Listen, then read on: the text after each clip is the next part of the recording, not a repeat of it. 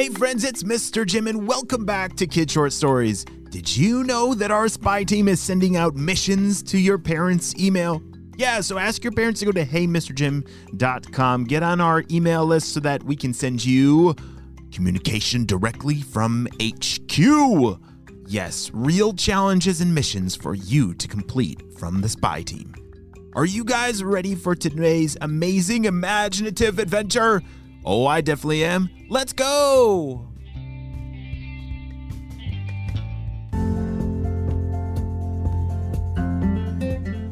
It was a beautiful day as Carter and his family were getting ready to head to the beach. Carter, make sure you grab all your sand toys, said his parents. Oh, I already got them right here. Carter was holding a big beach bag that was filled all the way to the top and even overflowing with buckets and shovels and scoopers and trucks, all kinds of things to make an amazing sand city. Everybody loaded up in the car and off they drove. While they were driving to the beach, Carter was sure to put on his sunblock on his arms and his legs and his face just to protect him from that very hot beach sun.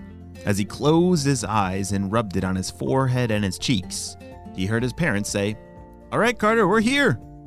"We're here already? Oh, I can't open my eyes yet, but okay, that's super awesome." As he took his hands off of his face and was able to open his eyes, he couldn't believe it. They were already at the beach. He grabbed all of his beach gear, jumped out of the car, and ran to the beach. This was one of his favorite things to do. But today, something would happen that had never happened before. Something that would make this one of the most unforgettable days of Carter's life. The first thing that Carter did at the beach was run and splash into the waves. He watched as all these tiny little fish swam and even jumped through the waves. He tried to chase them and catch them, but they were much too fast. "All right, I'm gonna catch one," said Carter. "I just gotta dive. All right, maybe a bucket. Yeah, a bucket will help." He ran back to his beach bag and grabbed a bucket, and there it was, a whole school of fish right on the shore. Ready, set, now! Oh, splash! He dove into the water with the bucket and looked inside, and it was empty. All the fish swam away. Aw, man, they're always so fast. All right, back to sandcastle building. He grabbed a shovel and started to dig a hole and fill up all the buckets with sand. He knew exactly what was the right kind of sand to build sandcastles with. You don't want it too dry or too wet. You kind of want it perfectly in the middle for it to hold the mold of the bucket when you turn it upside down and pull off the bucket. He filled up each of his buckets and flipped them over to begin his amazing sandcastle. You should have seen it. After only about 10 minutes, Carter had built an amazing sandcastle. It was getting taller and taller with each bucket that he poured on top of it. But then, all of a sudden, "Carter! Hey Carter, I need your help getting something out of the car!" shouted one of his parents. "Okay, I'll be right there." Carter dropped his buckets and ran toward the car to help his family carry a whole bunch of really heavy big chairs. "Okay, I'm here. Ooh, that sand is hot on my feet. Youch. Here, can you carry these chairs for me? I'm gonna grab the big heavy cooler," said one of his parents. "Yep, I got him." Carter put the two chairs over his shoulders and started walking back towards their spot on the beach. Ow, ow, ow, ow, ow. With each step, that burning sand was very hot on his toes. He hadn't realized the first time how hot the sand was when he ran from the car all the way to the waves, but now the second time across, ooh, it's very hot. But he only made it about halfway back through the beach when he saw his sandcastle come alive. He first felt the ground shake, and then that sound. A sound that he'd never heard before, but it echoed through the waves.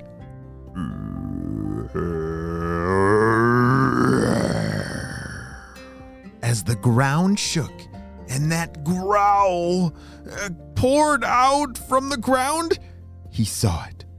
his sandcastle jumped out from the sand and started getting bigger and bigger. "Ah!" shouted Carter. "Everybody run! It's a sandcastle monster!" Everybody who was on the beach froze and turned to look at Carter. He was pointing towards where his sandcastle had previously been, which it was now getting bigger and bigger. People started screaming from all over the beach. They had never seen a sandcastle monster before, and neither have I. Have you? Have any of your sandcastles ever come alive like that before? Yeah, it's never happened to Carter either, but he knew exactly how to handle it. "Okay, we're gonna need some buckets of water. Everybody, grab buckets of water, fast!" Carter's tried to run over to where his buckets were, but they were very close to the sandcastle monster, who saw Carter coming. Its mouth was comprised of shovels and scoopers and all of Carter's sand toys. The buckets were now his eyebrows, shovels for arms, the mouth were these two little grabbers on the beach, and oh dear, it's getting bigger and bigger. It's like it was sucking up the sand inside of it, and it was getting taller and taller. Carter didn't have any more buckets to fill with water. He thought that maybe you could fill the buckets with water and throw it on the sandcastle monster and it might melt the sandcastle monster. But what is he going to do if he doesn't have any buckets? He started to look around. He was running out of time. He saw a family far down the beach that had some buckets that they were building a sandcastle too, and it was starting to come alive as well. "Don't do it!" he shouted. He started running down the beach as fast as he could towards those kids that were building another sandcastle. "Knock it over! Fast!" Carter dove and knocked the sandcastle over with his hands. The two kids didn't understand what he was doing and first got very mad at him. "Hey, why'd you knock our sandcastle over?" "No, you gotta help me. My sandcastle came alive and I think yours was next. Look over there." Carter turned and looked and pointed his finger towards the sandcastle monster. That is when those kids saw how terrible it was. "Ah, what do we do?" they shouted. "Can we use your buckets and fill with water? I think if we throw water on the sandcastle monster, it might destroy it for good, but I'm gonna need your help." "Okay, yeah, we'll help you," they shouted. Carter and his two new friends filled up their buckets with water. "Okay, we gotta run back as fast as we can. Come on," said Carter. They started running back towards the sandcastle monster, who was now ginormous, almost the size of a car. "Okay, on the count of 3, throw your water. 1, 2, 3. Whoa, splash!" And just like that,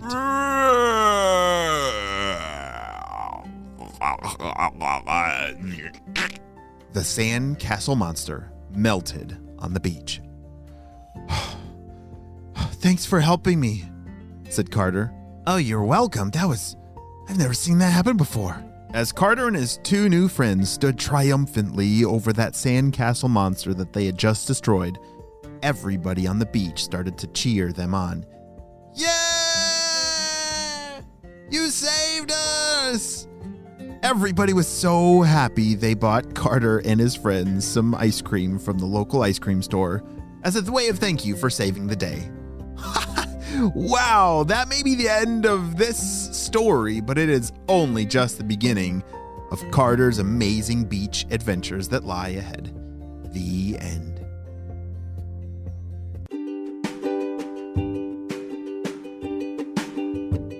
Great job, you listened all the way to the end, and you know what time it is. It's time for Kid Shout outs! I want to say to Braxton and Kinley from Kentucky, Jed, Sammy, and Teddy from California, Nico from Saskatchewan, Titus from Australia, Benjamin from Florida, Valentina from Texas, Henry from Los Angeles, and Williard, Wesley, and Eddie from Alaska. I'm so glad that you're all in the Kid Short Stories family, and on the Spy Team, we could not stop Dr. Stinky Breath and his crew. Without you, my friends, well, you have a super duper day. I'll see you next time. Bye!